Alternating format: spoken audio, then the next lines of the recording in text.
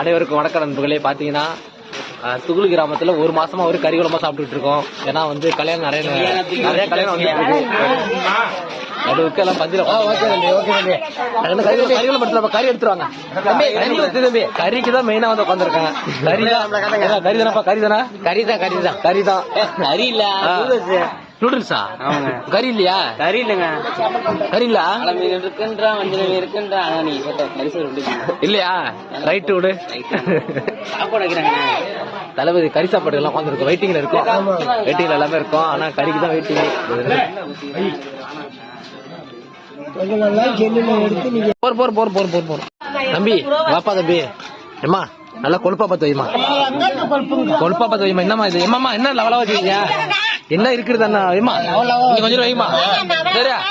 Complaint கொடுத்து வந்துருவோம். அங்க ஒரு பீஸ் போடுங்க. என்ன இது போடுன்னு? நாங்க பொண்ணுக்கெல்லாம் நாங்க மெயினான ஆளு.